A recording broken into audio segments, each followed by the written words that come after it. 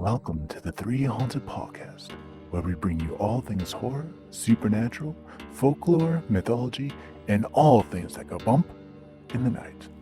What's up, everybody? This is your co host, Ashley Lunar Goddess, Gorilla Girl filmmaker and horror loving cinephile. I'm just your average podcast producing badass. I'm John Thomas. Some would say that I go a little too far with my love of all things horror, paranormal, and meta, but I say, talk nerdy to me, and I'm all yours. What's up, ghouls, gals, and all of our sacred pals out there? In today's episode, we'll be discussing sacred medicine, the shamanic path, and the commodity of these within the New Age era. Joining us in this very important conversation is special returning guest Dominique Isis. Welcome back, Dominique. Yay! Hi! I'm so excited to be here again. Thank you so much for the invitation, the trust, and the ask, because I think it's such an important conversation to have in the times that we're in right now. Absolutely. And I really appreciate you coming on. Thank you. Again. Sorry, John. Right. No, you're good. I was going to say, I also think it's really cool that we had you on in January, and here it is December, and we're kind of starting the year and closing the year that way. So. Oh, yeah. Cool. That's kind of cool. That is actually really neat. I think it might have been the exact dates too, but I could be wrong. Is it? Right. Okay, that would be insane. Let me see. Don't kick me if I'm wrong. Let's see. January 27th, we had you on. And now here we are, December 27th. No, okay. What are the odds of that? What? Okay. That's funny. That's like, I don't know. That's like a rites of passage right there on its own. I think there's something sacred in there in and of itself. No, it's actually pretty incredible because it's not planned at all, and it just happened this way. So I don't believe in coincidences. That's amazing. That's so great. Yeah, we started it with you, and we're finishing it 27th. Yeah. What's special about 27? Anybody know? No, I mean, I can break down 2 and 7 for you, but I don't know about 27. Yeah.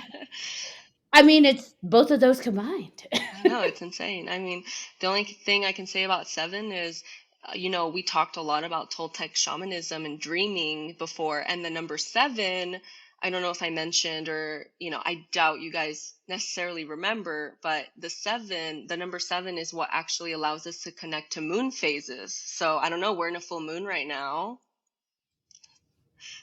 And I love the moon. You see how amped I get with the moon? Actually, the full moon, I don't know if you guys are in tune with the moon or affiliate with that in any way, but this full moon this month for me has been pretty powerful. I've felt it more than the other ones the past few months. So it's been exciting. I didn't even have to check. I have a moon phase app on my phone.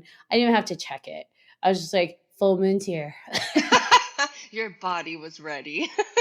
Yeah, I could agree with that. What does it do for you? What's different from a full moon phase than any other phase? I don't know. Honestly, I'm trying to think because it's more of an intuitive feeling inside of me. And it switches. So when I was younger, the full moon, I would be more amped, and the new moon, I'd be so tired, that reset, that recharge, and I would sleep a lot. And as I've become an adult, it's actually flipped for me. So the closer I get to a full moon, I'm usually more tired. And the new moon, I'm more I can't sleep. I am wide awake. I know what's going on. For this month, though, this has been a little different because I have been tired, which I'm okay, full moon, but I feel the energy is radiating more, if that makes sense. Yeah. It feels like she's almost talking to me during the day too. Yes. I'm I feel you.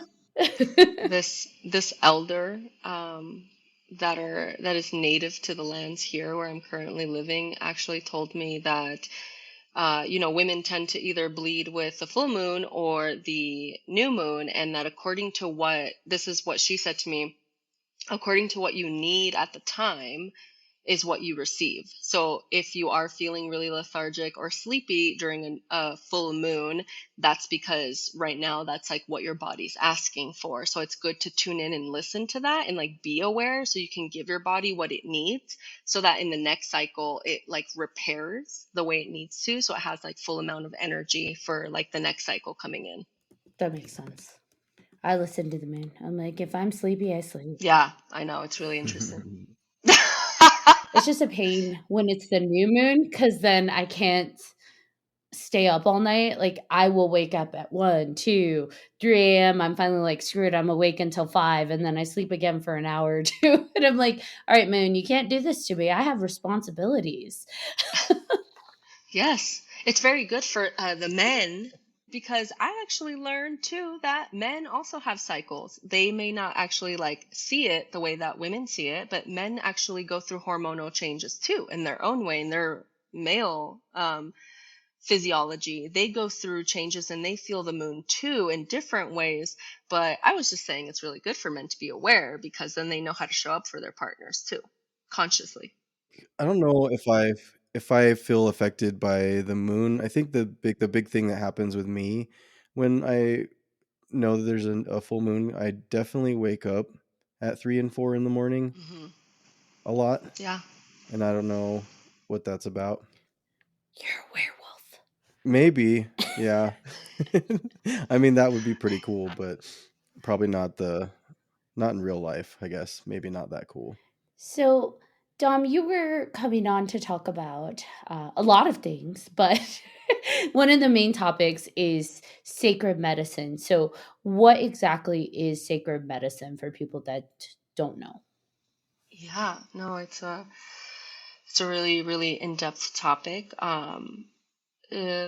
For a lot of very specific reasons. I'm not going to be saying full names of the medicines unless you really have questions, and that would be something to talk in privacy about. But when I say sacred medicine, I am talking about medicine that does have psychoactive properties in it that come from the jungle and sacred places around the world that you would drink or take these medicines in order to have a spiritual experience that is very expansive to your conscious mind and allows you to be more in what's called spirit form in order to receive healing or messages that come down in order for you to heal your physical body or what is going on in your day-to-day physical life.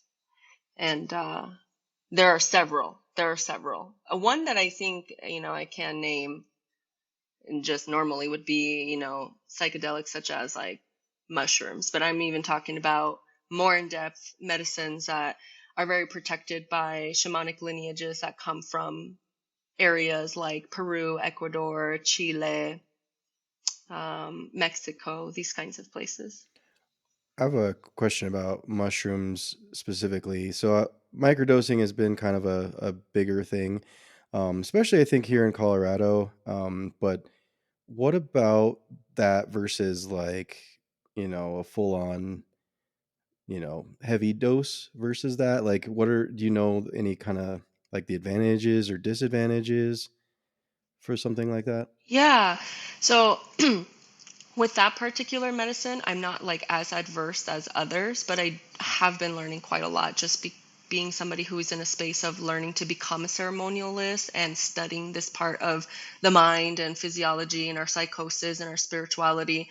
I do know what I have understood from many studies is that microdosing is really helpful for people that have postpartum depression or depression and anxiety and deal with this on a day-to-day, because what it does is allows for more room to take space in the brain. And this is through your neurotransmitters and the connection between yourself and your mind and how you're visualizing or perceiving something in your life. What taking microdoses helps you do is expand that perspective. And that's why it helps someone with depression, because when someone is really, really depressed, if you really think about that state of being, it's a very narrow-minded way of thinking, right? It's very like, this is the way that I'm seeing my life, and it causes me to feel this type of way. But what mushrooms allows you to do is expand the possibilities of what's happening in your interior world. So it kind of gives you this like space and room to kind of think about things and contemplate things in a different way that can help you produce a different path, so that you can see that there's a way out of the depression instead of just numbing yourself with pharmaceuticals Right. or this kind of thing that kind of just worsens people's pain, because it's not allowing you to expand your mind. It's actually limiting your thinking. This is why a lot of people say to me, they've told me, oh, when I take antidepressants, I feel numb. It's like I can't even think about life itself because I just feel numb to everything. Yeah. And when you're depressed, you're already feeling like numb. You're already feeling like nothing matters, and it's just adding to it, right? Yeah. And I've had some conversations with people about that, and they said that for them that was exactly what helped them was microdosing.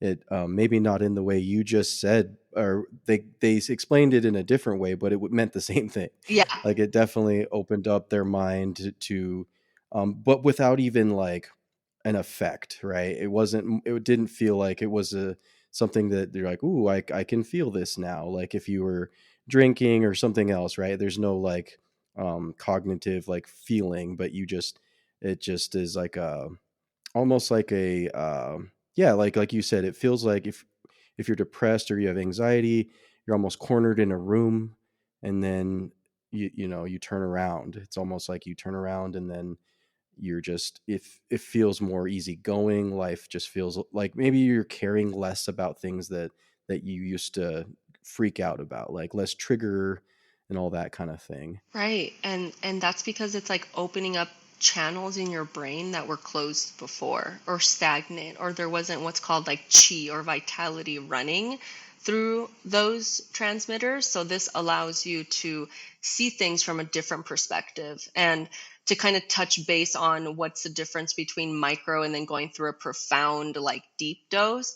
I mean, all I can do is talk a little bit about my own personal experience where I've tried both. And what I found with like the one time deep experience is that, I mean, it was really intense. And it took me a lot of time to integrate that experience for a little while. And I've also done micro dosing. What I have found for me personally, and this is only me speaking towards my physiology, my body, is the one time deep dose was really effective, and the micro dosing kind of affected me in the opposite way of what I was expecting for me personally. Yeah, I feel like the microdosing is kind of slightly turning the water on, Yeah. so that your body can like adapt and kind of heal in baby steps. Yes. Whereas I guess if you're taking the full psychedelic dose, like it's ready or not, here I come, the full river's flowing. But with that said, if you're going to take a psychedelic dose of whatever, it could be a sacred plant from, you know, South America, Central America, or it could be mushrooms or peyote or whatever. Um, I almost feel like you need to be ready for that river to flow. Yes. Because if you're not, if you just take it like, oh, well, I want to go on this trip, like what happens, you may not be prepared for. But I don't know. I've not done it. No, absolutely. I feel like that's a big part of this conversation too, is like being prepared and knowing who to trust with this kind of situation. Because, for me, in terms of like the deep dose, the deep dive, yeah, I prepared like 6 months before that experience. I prepared my body with the right nutrition and food, water, exercise. Like I almost was preparing as if I was like going to have a child preparing. Like I'm preparing my temple, my body to be able to like receive something so big. And that was because I wanted to have extraordinary results. So if I wanted to have extraordinary results, I'm going to treat my body as a temple and treat it really, really well, and make sure that I'm taking every step and measure necessary to make sure I have a pleasant experience, even if I don't exactly know how that experience is going to go. I want to at least prepare to the best of my ability and make sure I have full trust in the teacher or guide before I go into something like this. one of the pieces that I would look out for, that I did look out for, was having somebody who's trauma informed and who was a ceremonialist and came from a lineage and was doing this work for a very long time before just like, picking somebody from a Facebook group who was hosting ceremonies at their houses every Friday night, you know? Is it hard to find someone that does come from a lineage who's this is their practice, like this is what they grew up with, this is what they know, this is part of their culture? Is it hard to find, one, to find that person, and two, to have that person accept taking you on? Because I feel like that's a relationship, right? Like it's not a one-way relationship. It's both ways, where someone's caring for you and looking out for you and being that tandem for you. So like, how hard is that to find? I would say it's hard. I kind of want to blatantly say it's like one in a million. It really is. It's like finding that needle in a haystack, because unfortunately, in the kind of world that we're living in, what I'm seeing, again, this is just from personal experience and being involved very deeply in this world and having lots of friends in this kind of space. It's very easy to go get a 3 to 6 month certification and call yourself a ceremonialist or guide. And then you receive the certification, you pay, I'm sure, lots of money. And this isn't speaking towards that person. It's speaking towards the methodology and the structure of 3 to 6 months. And now you're a ceremonialist and you are helping someone through trauma. I mean, if you think about just university and a psychologist, they go through 4 to 8 years in university just to become a psychologist, to be able to guide someone through trauma. So if someone hasn't had extensive, lengthy, trauma-informed information and education and experience and go through the experience themselves, it's very easy for somebody to go to Mexico for 3 months, learn something fun and new and exciting, and then want to bring that back, want to share that, probably most likely from really good intentions of, oh my God, this was life-changing for me. I want to change someone else's life, but they don't realize the harm that's then being done when you actually have someone going through a full-blown trauma trigger or experience or response to that guidance, or understanding the spirit realm, because what you enter is a different realm and dimension when you're on these medicines, and not having the expertise or knowledge of how to help navigate someone through that is honestly very dangerous. And I have unfortunately heard through very good friends of life-threatening experiences, or experiences that has put them in the hospital or in places that were horrible because they went and experienced a retreat somewhere in the jungle without doing any research. And then, they've come back to me, calling me, telling me about their whole experience. And it's like a horror story, like when I hear it. And it's actually happening a lot more often than I'd like to admit. I mean, at its base level, you have someone who has to understand, one, the plant that they're working with. It is a strong psychedelic. No matter what you're taking, any of these plants are strong psychedelics. And if you don't choose the right plant, or you don't choose the right quantity or the right dose, bad things can happen. And similar to how you put it, the 3 6 month certification. I mean, if we go to a doctor and our doctor's like, here, I'm gonna give you these pills. I took a 3 month online degree. It's cool. Don't worry.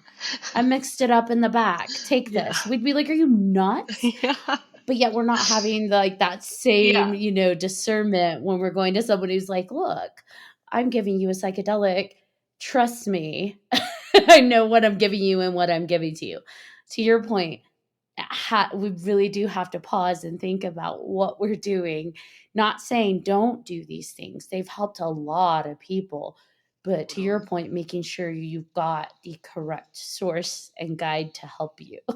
Yes, absolutely. Absolutely. And You know, the what people ask me a lot, like a lot of my clients, and I have a lot of really trusted people that will literally come to me to ask me before they go sit in ceremony, which I think is just like so sweet that they would care to ask. And I love that because then I'm like, yes, you're being mindful. This is so good. And again, I don't know everything, but I can at least give you an opinion as someone who is like in this in this world and like does this for their life. Like I can definitely tell you what I'm seeing or what I'm feeling, or maybe what questions to ask, you know, to like get the information that you need to make a like proper decision for yourself that's like educated and intuitive. Because at the end of the day, I'm nobody to tell somebody don't go to that retreat if you're like intuition is full on, it's been synchronistic, you feel good about it, you feel a connection with the place and the person.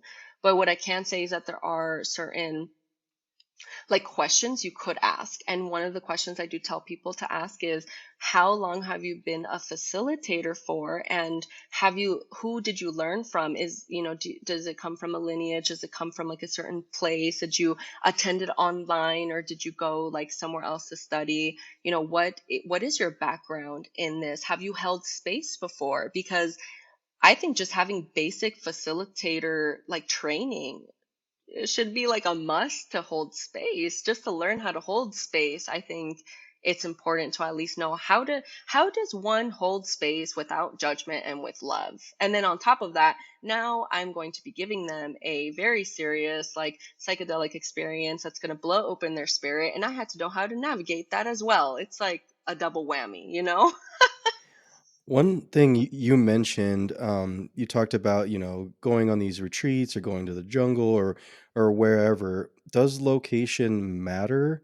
And with that, that also ties in with, the type of people that are getting this kind of training, right? Like, does it seem like it's more legit if you go to some place in another country, or does it matter that much?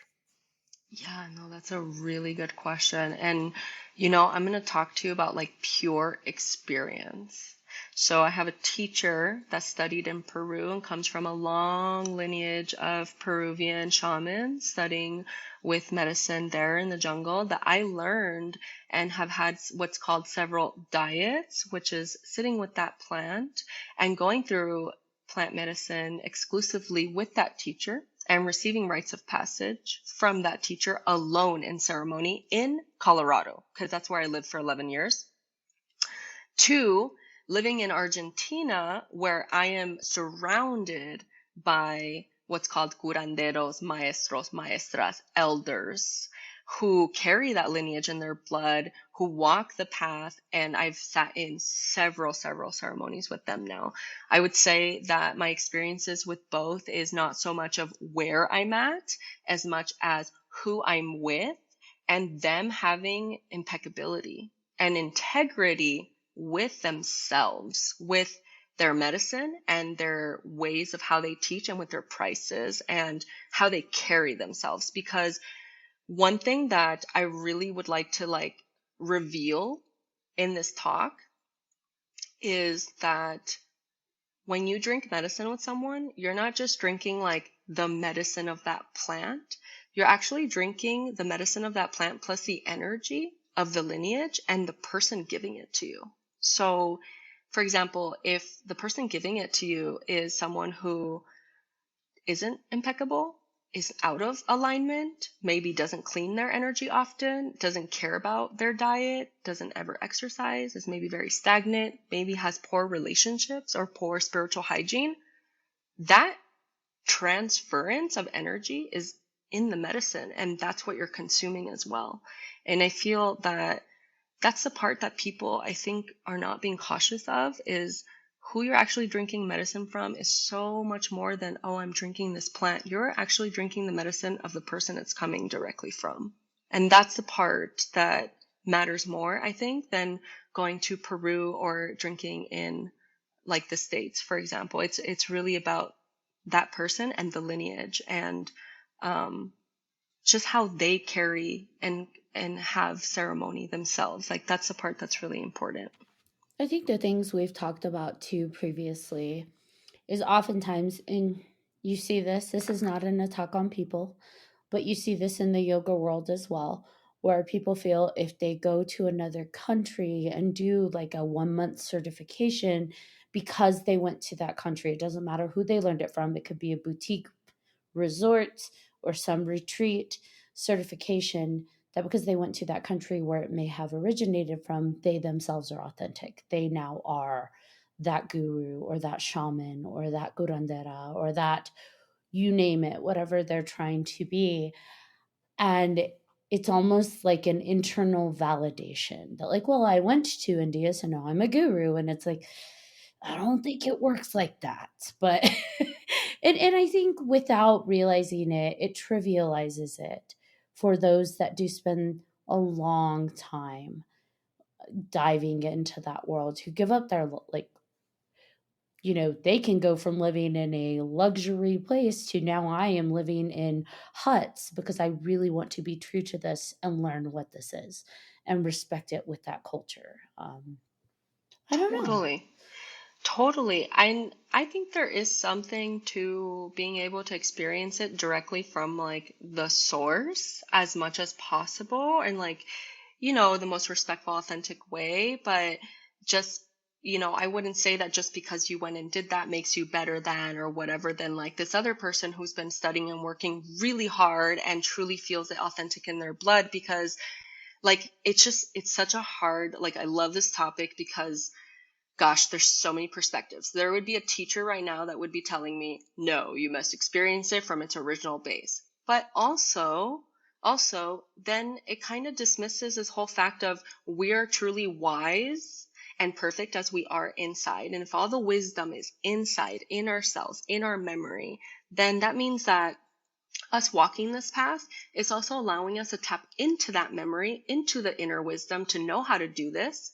And it doesn't always mean having to only go to original sources, though I will agree with like one of my teachers who would say, yes, walking the original path or like going to original sources is what helps you carry it authentically. Yes, I think to a certain extent, and there is something to that. And that is something I have experienced versus in my own experience being in Colorado and studying these plants over there versus being here where the original altars are actually held, meeting with the elders. I think the difference is that the elders are just here. If the elders were in Colorado, well, then no big deal. I'd be learning the same thing. It's like, it's not even about the place. It's about those carrying, that goes back to my original point of carrying the lineage in their blood authentically and like providing that in that authentic, real way, I think is what allows someone to have that original experience, whether they're in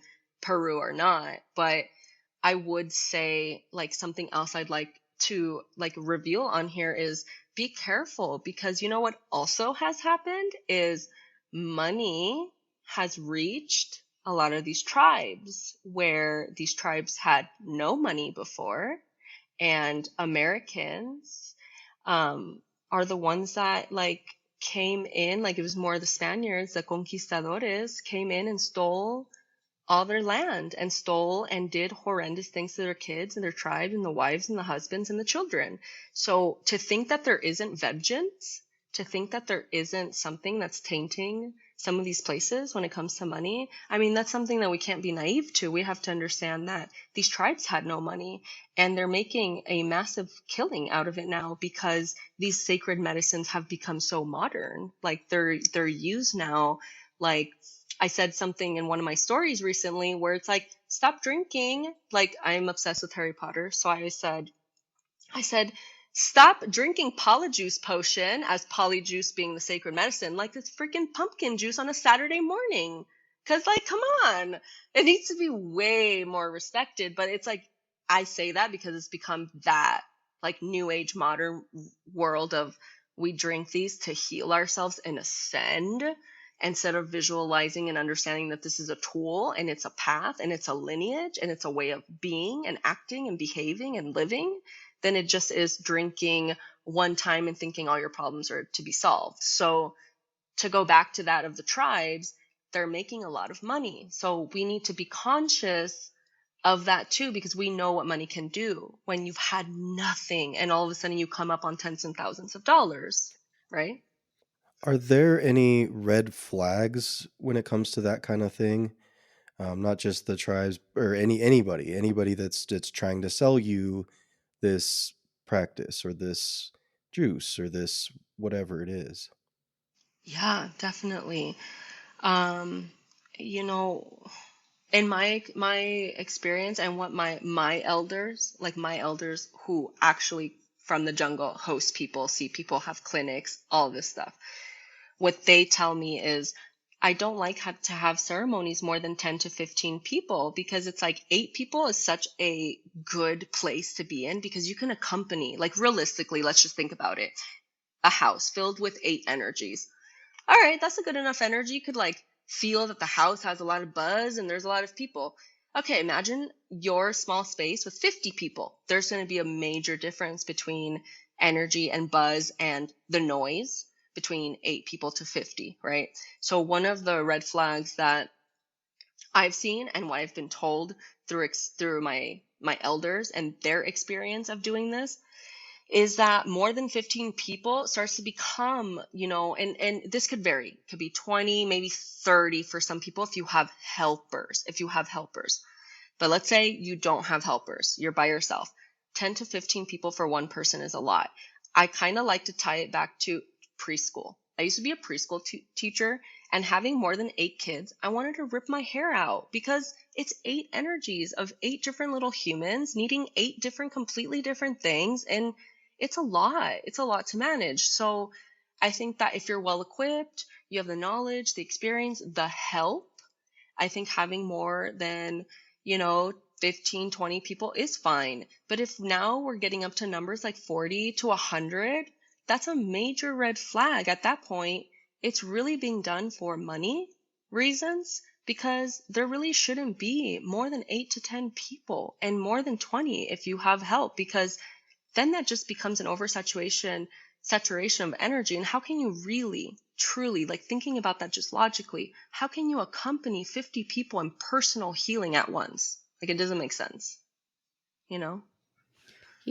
Yeah, I feel like a lot of people that are on that path, they're taking that journey to overcome some kind of trauma or to come through it for some kind of healing, and to be able to be attentive to a massive amount of people going through that kind of healing, because especially if they're taking like a full dose of whatever sacred medicine that they are consuming, that's a lot of people opening up all that unhealed trauma and emotion, um all at once. And that, to me, just that doesn't sound like a good idea.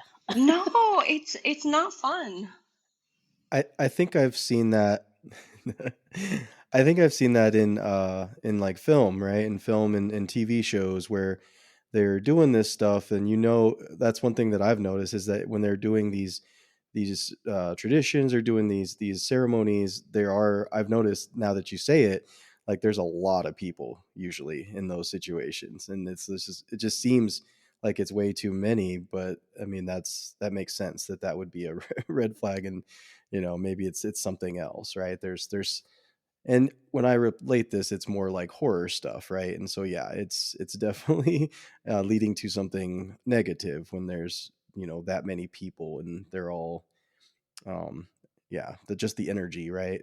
Like I feel like I am empathic, and when I'm around too many people, just in general, just being around people, like it's super draining, and it's just a lot. And thinking about taking this sacred medicine on top of all of that, it just sounds like just being overwhelmed, and not in a good way.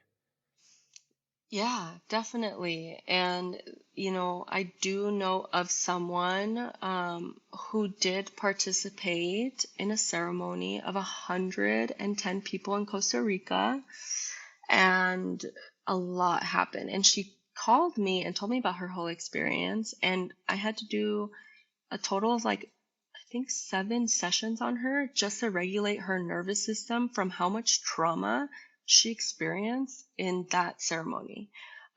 Because another piece that's not talked about, and only shamanic community like shamans, between shamans and maestros speak towards this, is the spirits of those medicines. Most people don't even know what that means. Like, what are the spirits of those medicines? Spirits, it's a portal you're opening. So to think that spirits don't enter, like, spirits enter. There's a lot of things that enter in these spaces that the guide, the shamanic teacher, practitioner, ceremonialist, is knowing how to navigate to make sure that these spirits from these worlds are also receiving healing, that they're integrating them into the ceremony appropriately. And when they're not, when there's so many people and people are releasing things, it's going to affect the masses. I participate in something that's called temazcal. It's called sweat lodge in English, if anybody has heard of that.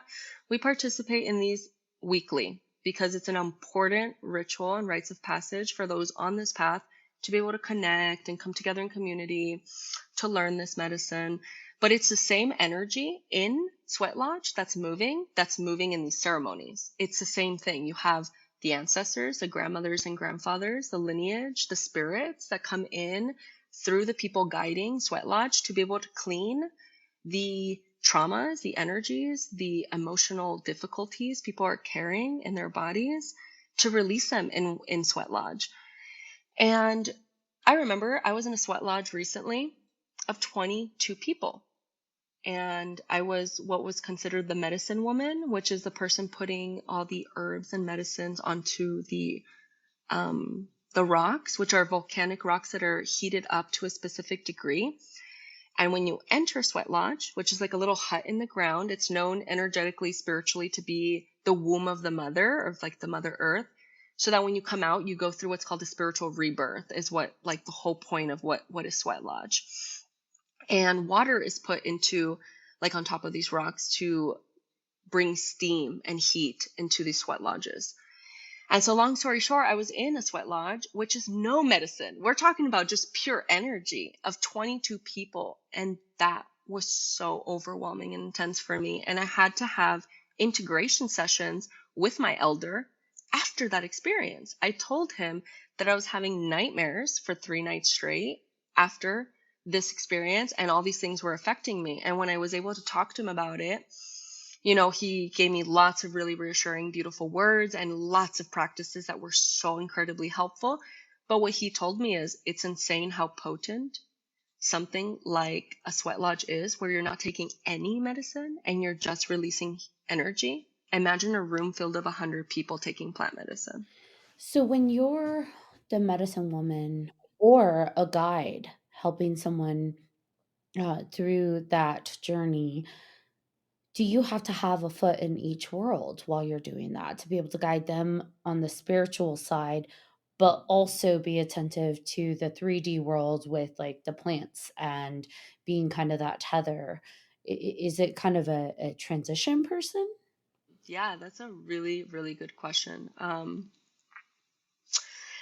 You know, what I experience, like, being somebody that is a guide, when you do truly become what's called a ceremonialist and you walk with medicine, you yourself have to go through years of healing your own stuff, because you have to be at a certain point in your maturity and your spiritual understanding and knowledge and wisdom to be able to guide someone else through their darkness. Like, if you have never had a relationship before, giving advice to someone who's in relationship, you know what I mean? It's kind of like one of these things that if you haven't experienced it or done your own personal healing, it's hard to truly guide someone.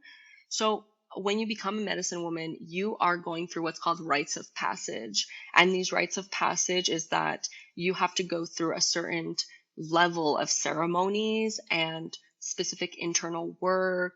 And when I talk about rituals and ceremonies, I'm talking about what's called the red path, which is things like vision quest, which we can talk about in a second, because that is something that I'm actually going to be participating in like a month. But you go through something what's called Vision Quest. You go through many, many, many, many ceremonies. You go through different rites of passage and understanding, meditation, and just like fundamentals of building your spiritual path that you walk daily and you work daily. And what I've seen is that this path opens you up to the spiritual realm more and more each time. The more you like are working in it, the more you're setting your own intentions, the more you like are learning from elders, you start to have access. The whole point is like walking this path gives you access to that spiritual realm through like energetic codes, through the teachers and experiences that you have yourself that allows you to like maneuver and navigate these realms spiritually while also having the understanding of, okay, this person's having like a seizure. I can speak to a personal experience in a sweat lodge where I saw someone go through what's called a a seizure, totally freaking out in the Temascal because they had an experience, which we later spoke to her, and she told the story of, oh my God, I know on the outside it looked like I was having a like seizure, but really I was going through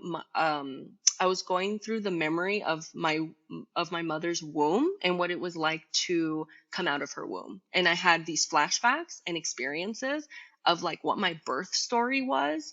And I feel like I was healing something in that, even if I don't totally know what that was.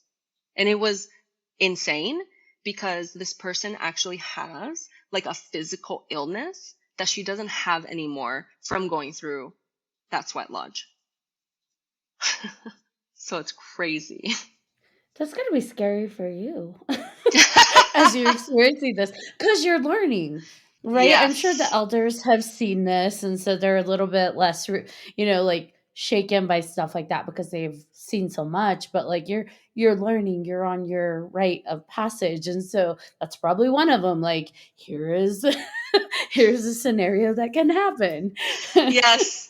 Yes, it's so much that way. It's kind of like someone throws you in the wilderness and they're like, all right, guys, we're going to go camping and make everything from scratch for 3 weeks and hopefully nothing happens. And then, I don't know, you fall on a branch and you like get sliced on your ankle and you're like, oh my God, what do I do? And, it's like these kinds of experiences of like, you're kind of like, you're thrown into it, you're experience it, you're learning, you're in it to like evaluate what's happening and like see it from this perspective of, oh my God, this person's literally looking like they're going through seizures, but they're having a spiritual experience and release. And um obviously like in our lineage and with the people we have a paramedic and we have someone who's a firefighter who also tends to the fire in Temascal. So like, I don't know if that was done on purpose or if that's just how it was aligned for us, but we are lucky that we have somebody that like knows about that, and is walking their own spiritual path. So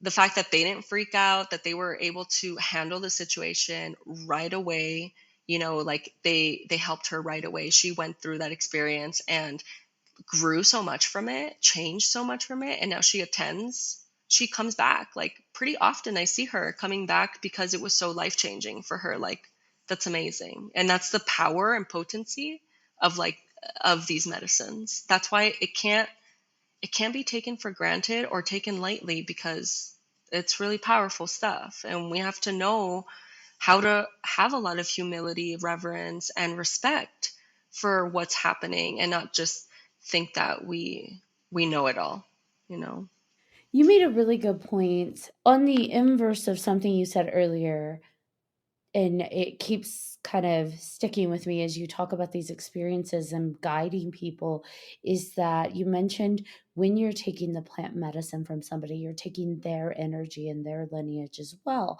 And the inverse of that is you have to wonder with the people that are just like shuffling in all of these different people, right? Like you too can come for $99.99 and get your psychedelic trip, that commodification that they are giving their energy and lineage to each and every one of these people. And I Yeah. have to wonder, how does that impact the healer and the lineage with that being just connections given out so like so consistently. Totally.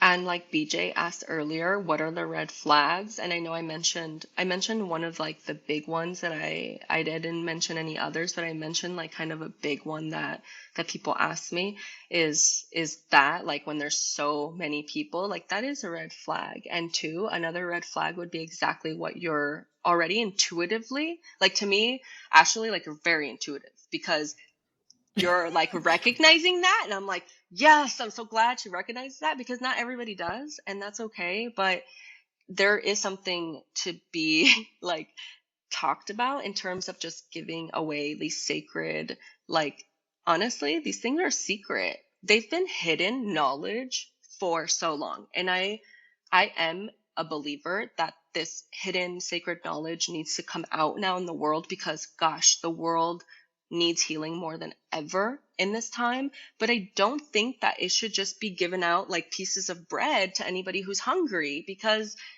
then what happens is it loses a lot of its magic, and people in general who maybe don't understand what it means to be receiving medicine from a lineage or learning from a lineage don't hold respect in the same way as maybe somebody who understands what that means. And so they could speak about it in a way that dishonors the lineage. They could just be talking about it with whoever and saying specific things that could lead to investigations or very negative ramifications for the holder of ceremony. And the other part is that is a red flag because I truly believe that someone needs to be in a specific state of mind and being before they come to ceremony. So from my experience, the teachers I'm surrounded by do 2 interviews. It's 2 full interviews before they even give you a yes or no, and they go through your medications, your history, if you've ever had a post-traumatic stress like situation in your life, if you've ever gone through something traumatic, they want to know all the details. Like I remember with my teacher from who comes from Peru, she asked me, I remember my intake with her was insane. It was 4 hours long. I was like, oh my God, this is the longest intake I've ever experienced in my whole life. Why is it 4 hours? But it was 4 hours. That's how long the session was, to be able to go through my entire history, because she wanted to be so well equipped to understand who is Dominique, what has she experienced, because all those things come out in these medicines. And she wanted to be well prepared for receiving me, especially if I'm going into private ceremony with her. Like I wasn't even with other people. So yeah, I think that that's a red flag. And again, I think it's being disrespected and maybe done for other purposes, whether it's like ego inflation or it's like fame or money. It's something to definitely think about and look out for, because I do believe that not just anyone should be allowed to come into these spaces. Um, Again, because it could be very detrimental to your psyche if you're not like in a good state of being, or at least well enough. That doesn't mean you don't have traumas. No, clearly, like you want to come to this when you're ready to like really dive into stuff. But this, I'm just talking that you're not like have addictions, that you're not on like heavy medications every single day that are like life-saving, that kind of stuff. Yeah, and you mentioned addiction, and I've actually seen a lot of users online. That sounded weird. I've seen a lot of like social media creators online speaking to microdosing and how it helps them break addiction. And when it comes to sacred medicine, whether it's microdosing or full dose, is that something that for someone who has ongoing addiction or very present mental illness, whether it's very active depression or like crippling depression, and things like that nature, is that something where someone would want to just handle with sacred medicine alone, or want to use with another modality, like to help with the healing? Yeah, I love that you asked this. So there is a medicine for that that is better than others, that is known to have so much clinical studies for addiction, and that's kambo. Kambo is a ceremony you go through with frog medicine, and that is specifically known to help with addiction. And that is something I experienced. Now, I didn't go for addiction. I went for completely different reasons, but I did go through several ceremonies of combo facilitation with someone that really helped me so much with my health. I can't speak highly enough of that medicine because I truly believe that it partially saved my life and really helped me with just ailments I was going through that doctors couldn't help me with. So that's one I would definitely recommend for somebody that is maybe using or trying to get off. In terms of the other sacred plant medicines, it works in your body in a different way. It works on the psyche, and combo works more on your physiology. There is no psychedelic reaction, although that doesn't mean someone can't go into a deep state of internal meditation maybe with it, that they experience psychedelic like things, but there is no psychoactive ingredients in that medicine the way that there are with the other sacred plants. And so that's why you want to take more precaution with the other plants. And I would highly recommend that if you are going to sit in ceremony and maybe it has helped you with addiction, that's amazing. And I would make sure too that you're maybe working with somebody else, like a psychologist, or going through a different avenue of healing in combination to sacred plants if you want to go more of a holistic route. Now, combo is that the frog poison? Yes. It comes from the glands. Okay.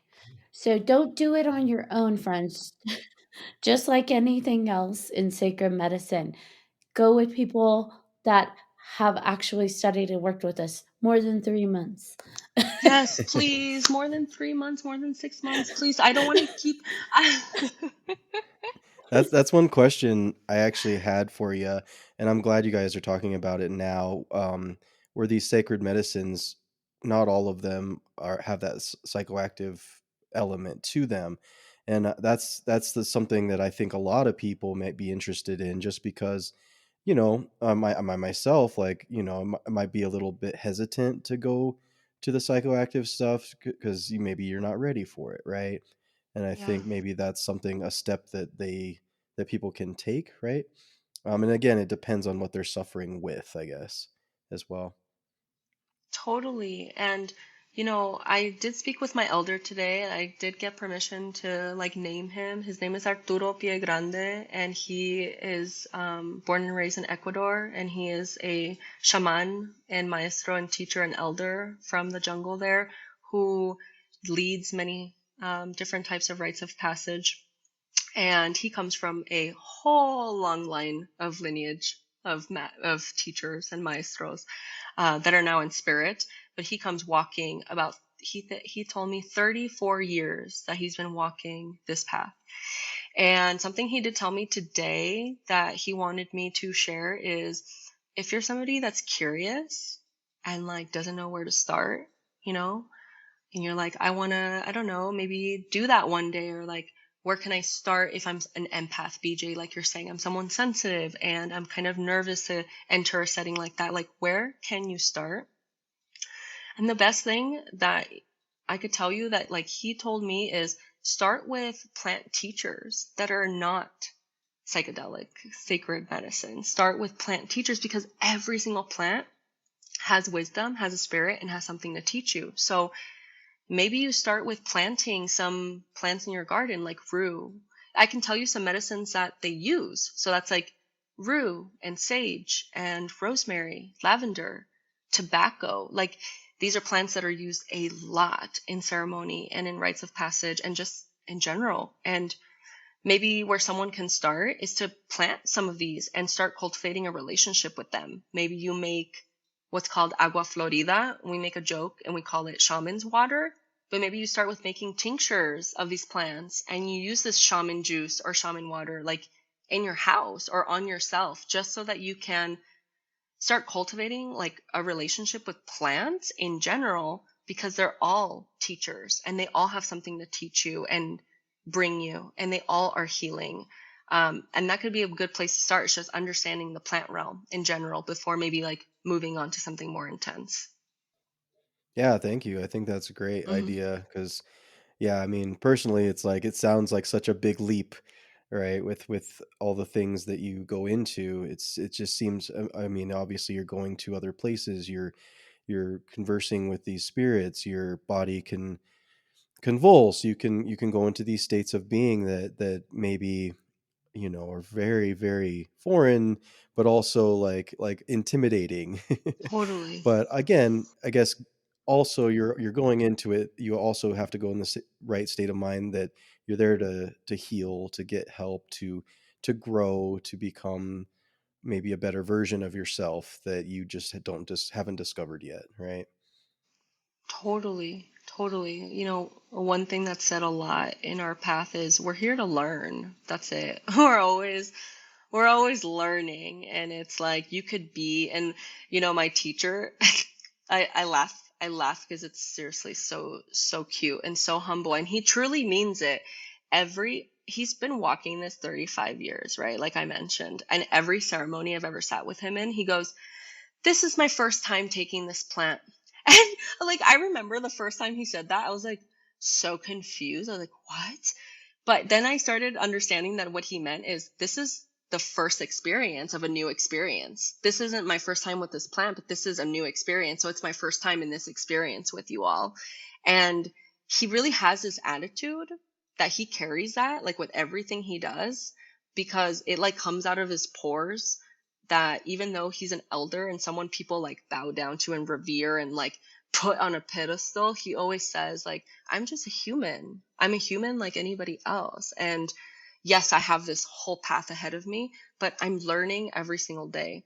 And if we can humble ourselves every day to learn something new, then that's like what life is about, because then we're always learning, we're always accumulating knowledge, we're always savoring the moment and like expanding ourselves instead of stopping our learning and thinking, okay, we don't need to learn anything anymore because we know it all, or like that'll start inflating your ego over time. So he just says like, if there's something you can learn every single day, do that. So maybe it's like you want to learn more about plants, get a book, read on it, cultivate some plants outside in your backyard, start smudging yourself or playing with these things and like learning about yourself in with these plants. And then from there your relationship will build with them and will carry you on to the bigger head honchos, so to speak, of those like big medicines. And you won't feel as intimidated if you have like that understanding and cultivation with the plant, that you're here to learn and heal, and it's a personal journey. I'd like to make it known that I can't keep plants alive except for two types. I can grow the heck out of aloe plants. I Oh, don't know good. why. And succulents. Anything else? Oh, is it because they don't need that much water, Ashley? I don't know. You got called out. I'm like, is it because they're the easiest ones? I'm just playing. I don't know though, because I feel like you have to water them enough. No, you do. It might be. No, I have don't no feel idea. bad. Don't feel bad. I do love aloe plants. I will say that. I love to grow aloe plants. But yeah, I don't know. I love the idea of plant medicine. I love the idea of like the healing that is more on a, holistic level. And maybe that's partially because I grew up with my grandmother, who she very much was like curandera, all of the teas and salves and everything she did was plant-based. My grandma's got the green thumb. It skipped me. So it's interesting. Have you ever drinking aloe tea? It's not tasty, but I it does actually the have trick. not. I have not. I've only put it on like external. It's not tasty. I can But imagine. it is effective. Yes, totally. Plants are effective. I do love that you are speaking to how accessible it can be and how you are encouraging people to be, intuitive, that you don't have to go to Peru to tap into what's inside of you and to know within your truth and to work with the earth in your backyard. We've all got soil. It's just, where is it and how can we integrate with it? And I do love that, because I feel like some people think, well, I don't have $3,000 and I can't take 2 months off to go live in Peru, or I can't, go do any of those things because it's not accessible to me. And I love that you're pulling it back and you're like, it doesn't have to be that complicated. You Yes. can connect with the earth, you can connect with yourself without ever leaving your house. Yes. 100%. I think people, I know, like, put myself in this too in the past, like, and there are moments I catch myself, like, we look so much on the external. We think like the problem is outside of us when it's really not. It's always a reflection of what's going on inside. And, I do, for my Toltec shamanism that I've talked about on this podcast, that shaman does not touch plant medicine, doesn't touch plants, period. It's all dream work, energy work, and using like obsidian tools and your own energy and your own affirmations, like fully 100%. So, what I do want to say on here is you don't need plant medicine to ascend, to get enlightened, to fix all your problems. Is it a tool? Is it so helpful? Is it beautiful? Is it an experience you'll never forget, unlike anything else? Yes. Is it going to help you?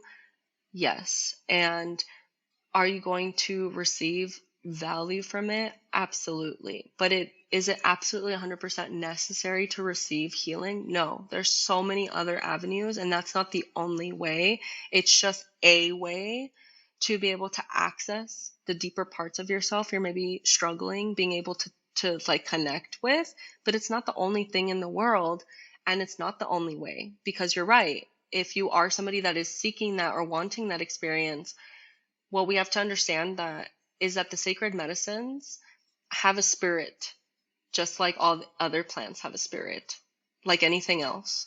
And I would say it's important to cultivate some kind of relationship with other plants first before moving on to that, if you're really interested in going in this avenue. Otherwise, then you're just kind of seeking a means to an end, and it feels more like for escapism or because you want the answers now and not because you want to build a relationship. I think the biggest thing for me is always, I forget everything we need we have inside of us. Yeah. And so, something that I'm called out, this idea of escapism. It's like I have to go out and learn 50,000 modality just so I can tap into something, because I don't know how to do it within myself, or because I don't believe I can do it within myself. And I Yeah. think without having that belief in yourself, no matter what modality you reach out to, it's someone's going to kick me for saying this, I'm sure, but it's not going to happen if you don't believe in yourself first. And Yeah. um, it's amazing to see everyone's journeys and how they are finding that connection, whether it's to the earth or to plants. And I love watching your journey. Oh, Like, it has been just amazing watching your journey. thank you I sound so creepy. much. I I really stalk appreciate it. you. I love it. I stalk you. No, I love it. Stalk away, please. No, I really appreciate that. Thank you for seeing me and being a part of this journey, because there are, like, a few people have like said that to me, and it makes me smile so much, because I'm like, thank you, because you're a part of this too. Like, you're a part of it too. There's one day when you guys come out here and see me, or I'm hosting a ceremony in the future, you guys have been alongside my journey, and that feels really special. But I totally agree that it is belief in yourself. I think that that's just something everybody could work on in general. And like, having any kind of spiritual path is good enough. It doesn't need to be plant medicine. It could be meditation, because even simple practices like breath work and meditation can help you access parts like of yourself that you're struggling with. But sometimes people in their mind think, I need this big whole experience to go there, when it may not actually be the truth. It really may not. But again, it's just they're different tools and avenues of healing. Yeah, I feel like I'm always being told, and John can vouch for this. You got to connect to your ancestors. You got to open up to your spirit guides. And I'm like, I don't know how. Well, maybe if I do this, or I read that, or I don't know. And Hug a tree. I hug a tree.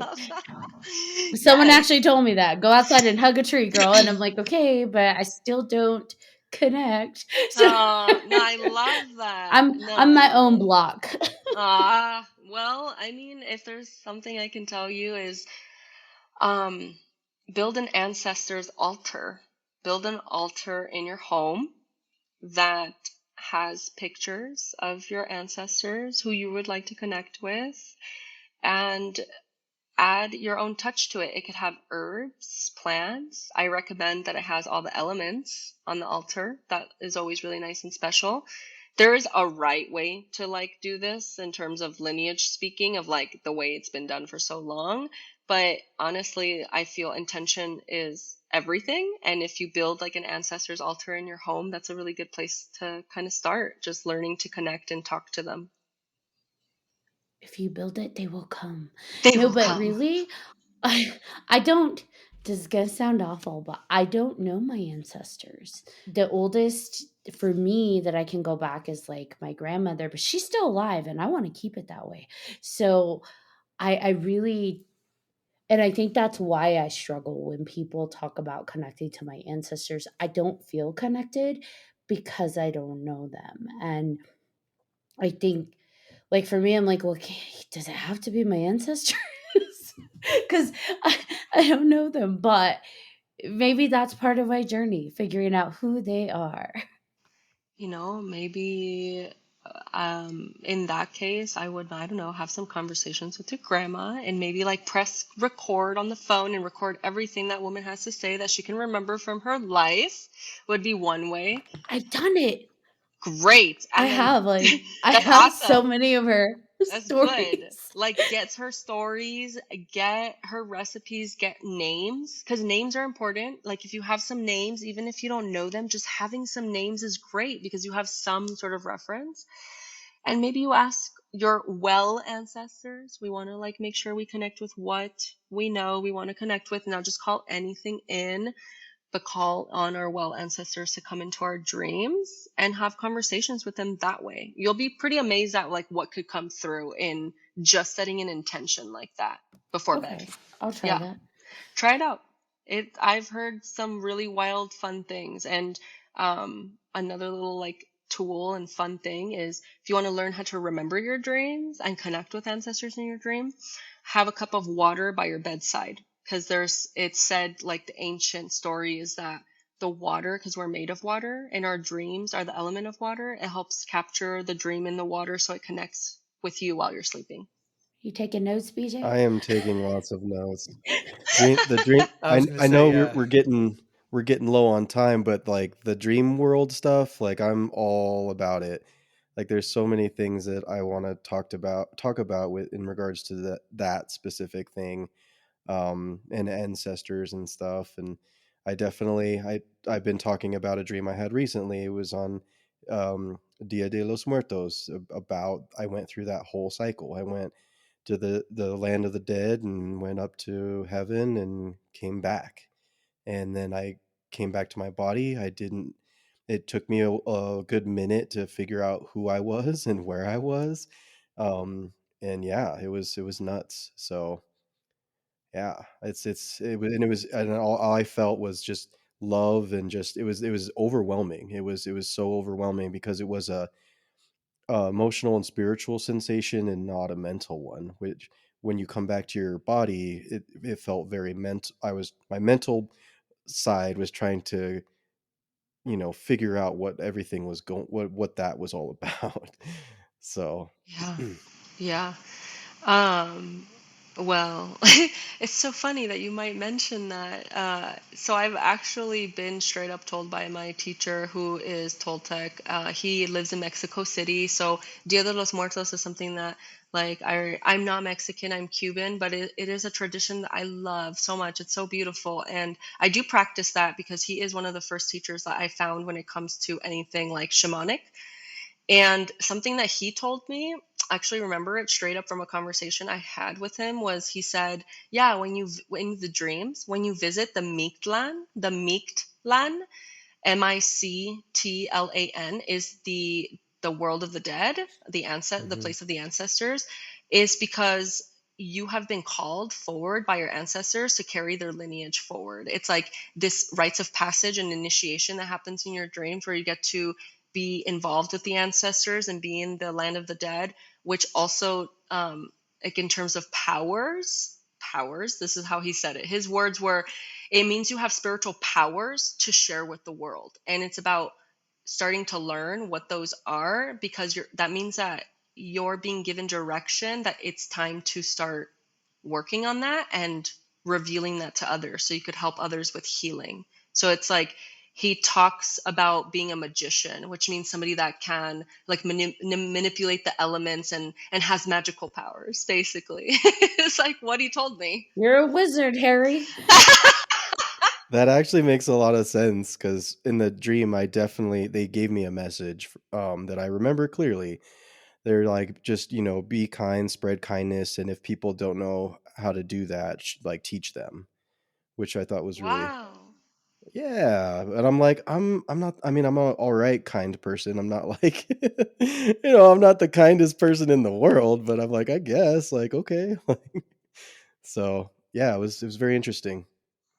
No, no. That means you're so kind. That means that you have a pure soul. It's a soul that has kindness at its core. So it's not even about personality traits. Like, hey, I'm a kind person, I think. It's like, no, you at your core and your essence are good, are pure, are of good nature, of good essence, and are kind.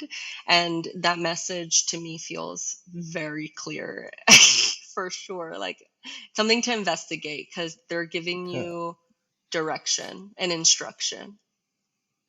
Yeah, and that's the question, like, where do I go from here, right? So, I'm excited to find out. Absolutely. I think with time and maybe setting some intentions in the dreams, kind of like how I said, put that cup of water next to your bed, set some intentions, speak them out loud while you're in bed before you go to sleep. This can help. That is so funny that you say water next to my bed because I feel like whenever I do have water next to my bed, which is a lot, I do remember my dreams, and yeah, it's they're kind of intense, and I didn't realize that that was even a thing. So I Yeah. am taking notes, Ashley. Perfect. Perfect. I think for you too, as well, BJ, is that because the question is, okay, now what do I do with that? How do I like teach kindness? And I think we're always told and taught that the best way to teach is to lead by example. So I think even if you just start outwardly showing actions of kindness, that in and of itself is already spreading that message. I think people are oftentimes inspired when they see other people doing things of kindness, whether it's service to the community, service to however you view that, like what that means to you and your truth. That people see that, they feel the authenticity of it, Hmm. and then it oftentimes ripples out as spirals um, for others to follow. Totally. I think sometimes just being who you are can be really naturally healing to someone else, and you don't even have to do or really say anything. It's just having your presence there makes a difference. Just say, I have arrived. Boom, baby. Now, you mentioned Vision Quest, Oh, Dominique. yeah. What, and you wanted to speak to that. What were your thoughts? I know that's very sacred, so I don't want to ask any questions. I'd Yeah, rather let you lead that discussion. thank you. Yeah, there's a lot I have not been given permission to say, because it will take away the magical essence of what it is, and for people to naturally be guided to that. But What I can say to that is it is a 4-year commitment, with each year being more days that you're in, what is it called? Fasting, that you are fasting in nature. But it is not just any kind of fasting. You are in spirit form and you're fasting from everything: water, food, and being able to speak or be next to anyone or speak to anyone, while being very, very securely guided, very well supported throughout this entire experience, with many, many, many, many people holding space for those going up on their days.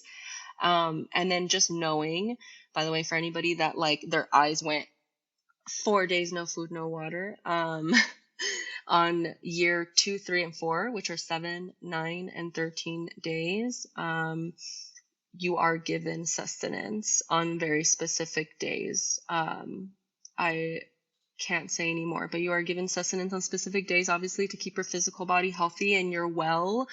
And, they always recommend to see a doctor before you go and do something like this if you're unsure of your health. There's always paramedics, usually, that are like there if anything were to happen. If you're on medication, obviously, this is something that's very, very, very discussed, like appropriately, with the leaders of this whole experience. At least in my lineage, I cannot speak for others, because this is done in different parts of the world with several different lineages, and I personally can't speak about those because I don't know their protocols, but I know that in the way that we're doing it, it feels really safe and it just feels really impeccable and well done. And the whole point of this fast, like, why would you go find a vision and be planted by a tree and be in quiet contemplation with nothing, is because the whole point, like Aboriginal cultures and what fasting can provide someone, is that there are no distractions, and it allows you to find your soul. It allows you to find yourself and truly be confronted with your own mind, with your own self. And through this experience, from what I've heard, it is incredibly hard, very healing, very beautiful. And for some people, it's been really painful. And for others, it's been glorious. Like one person told me who did, they accomplished 3 years. They said, man, I didn't ever want to come down from that mountain, because I was like, I didn't have to deal with my kids and my husband and my Oh my God. clients. And it was like, they were like, I didn't want to ever come down from that mountain, because I was so at peace. I've never found such stillness and peace before in my life until I had this kind of experience. So this is a rites of passage to be able to walk with sacred medicine and lead it and facilitate it in a really impeccable, great way, with this respect, because each year holds a different frequency. So I can speak to my experience. The first year is the door of humility, which is learning how to go without water and food for these days, because the elders tell you that until you've experienced what it's like to not have food and water, you don't truly appreciate it. And so when you actually feel not having it, what that actually looks like, feels like, then you can actually start respecting it and appreciating the abundance the planet has. So it's a way to connect with nature and yourself in a very, very deep ceremonial way. And lastly, what I want to say about that experience is that it's open to anyone. So it's not just for somebody kind of like in the shamanic realm. It's for somebody that truly wants to be with themselves and find themselves. So you could have like a different path that could be yoga and meditation, and go through these 4 years, or go through 1 year if that's what you truly want to do.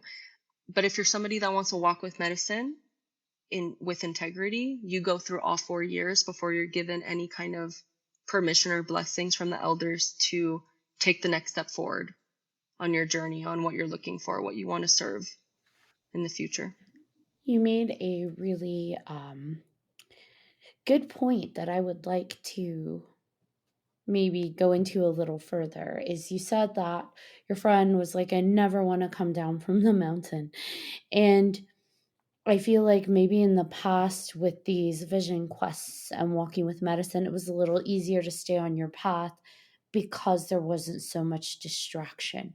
For those that are going on this journey, is it difficult to find that balance of staying on the path and maintaining what you found in that vision quest while still having to live in the modern era of social media and technology and television and everything like that?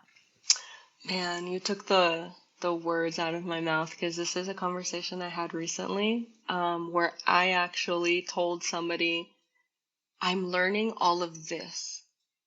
How do I hold integrity on social media, doing the work I do, being somebody like, I don't consider myself a public figure, but somebody who's like working towards becoming more public with her work and to make an impact in people's life. That's natural, being somebody where the spotlight is on in social media or gatherings. I actually said to her, I was like, how the heck do I walk this path and do that? And she said to me, when you figure it out, let me know. Because she's been on someone on this path, literally, she's been someone on this path for 8 years. And she's like, when you figure it out, let me know, because I too am trying to find that balance of how do I hold the integrity of everything I'm learning and receiving and take it to my everyday life, take it to my home, to my kids, I don't have children, I have fur children, but it's like, take it to my kids, take it to my family, my relationships. And that is the goal. The goal is balance. It's always finding equilibrium in everything you do as much as possible, is bringing these teachings in and living them in your everyday life. And no, it's not easy. And no, not everyone does it. And yes, there are lots of people that follow the protocol, 4 years vision quest, lots of ceremonies, yada, yada, yada, and don't actually walk the path, meaning they live and take action on what they're learning every single day. And yeah, it is really difficult because there are so many interferences in life. And I think the purpose of things like these rites of passage that we're talking about is to help you with that balance, right? It's like every day you're in your livelihood of your day. Well, then you have these experiences that are intense to help you remember all of that and to continuously in your life integrate it. I think it's about integration as much as possible, and having these experiences that you can remember and go through so that you can bring that back into your daily life and constantly walk this path of this balance. But it's hard. I'm not going to lie. It is hard. I guess if it were easy, everybody would do it. Yeah. Yeah, it's being mindful. It's like truly living consciously and with mindfulness 24/7. Yeah. Do you ever just want to sit on the couch and be like, chips and dip and chocolate cookies? Yeah, and I totally do. I'm not gonna lie. I totally do. I totally do that. And I totally do that. I really do. And, I think at the end of the day, I will just reiterate what my taita always says to me is, you're a human. I'm a human. We're all human. And we're trying to figure out this human experience. And every day we're learning. And that's what that is. So I think it's give yourself some grace to be able to sit on the couch and cry and have ice cream once in a while. There's nothing wrong with that. I like to tell myself, I'm just testing myself to make sure I can still get back up. It's good. I'm good. Yeah, no, totally.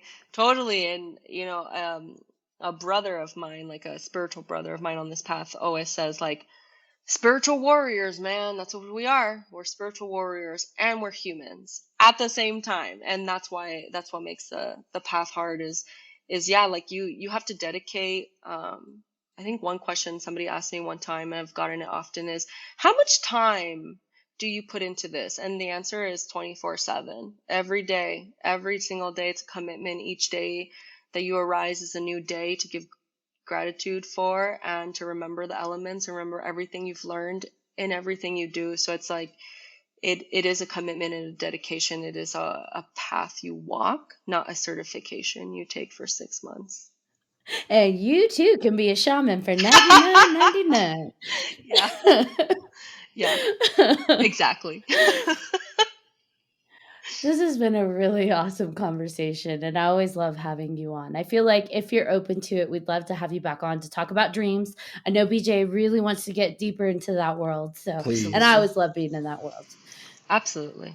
I'd be happy. Do we have any final thoughts before we wrap it up? I just want to say thank you for coming on, and it's just so enlightening just to listen to you, and you could just tell just the kind of energy, the kind of just grounded you feel, like it just comes out of you. It's nice. It just feels like you're coming from a space that's just, I don't know how to describe it, just very genuine and friendly, and it's not, you're not selling anything. Yeah. You know, and and some people do that, and it's, I think, getting into the depths of what it's all about is important. And I think, we could talk for hours and hours about this and still have things to talk about. And yeah, I'm just excited for more. Oh. I would like to say that was her energy before she even started on this. Although I think you were always on this path, but when I first met you, I was just like, I love your energy. Your energy is amazing, and you're kind. You exude loving, grounding, calming, just amazing. Thank you. No, wow. Thank you so much. I really take that to the heart, really, really deeply. So thank you. I'm so appreciative. I'm so grateful to be here. And yeah, that means a lot to me because I have really worked it, BJ, into my practical everyday life, because I feel that if it's not grounded and in this world, then it's really not something that people can really talk to or access or know how to integrate in their life, when it's, these people speak about these kinds of topics in this way that's like so abstract, and it almost feels like only special people can access these things. And it's just not the reality. Like, we all are special, we all have gifts, we're all like capable and have so much potential for so much, and we're all psychic and have spiritual abilities and gifts and magic. And like, that's what I want to be able to spread to other people, is like this joy, this love, this groundedness that you guys are feeling. You guys also have that and are that. So thank you so much for having me on here today. It felt like a really special topic, and I just really appreciate it. See, we're not all muggles. No, No, not at all. Not at all. not unless you want to be. Not unless If you want to be, that's okay too. Muggles are important too. Yes, they are. Everybody. All right, John Thomas. All right. Yes, thank you again for coming on. I can sit and listen to you for hours and hours and hours and just take it all in, and I love it. So I can't wait to have you back for a third time, probably on the 27th of some month again. I mean, it just works out that way, apparently, which is amazing. I love that. But yeah. How fortuitous. Yeah. So wild. I'm going to make a note of that. I'm totally going to say that on my social media and be like, guys, yes, this is why, just because of that, you should tune into this conversation. There is some stuff here. Exactly. Yeah. It was magical before it started. Yes. Oh, thank you guys so much. Yes. Thank you. Thank you, truly. Yes. I so appreciate you guys all. Like, I love you all as humans too. And I wish I was in Colorado so I could see you guys in person, but maybe one of these days when I come back and visit. Yes. I'm going to come to Argentina. Yes, come. You're welcome anytime. Yes. All right. And thank you to all of our listeners for listening to this episode of 3Haunted Podcast with your host. I'm John Thomas. I am Ashley Lunar Goddess. And I'm BJ Segura. Segura que sí. BJ, you're sure. Oh, I love that. Yes. If you have any questions, comments, episode suggestions, please feel free to let us know. Email us at 300podcast@gmail.com. And if you haven't done so already, please like, follow, and subscribe to all of our social media. You don't want to miss amazing moments and guests like Miss Dominique here. Until next time.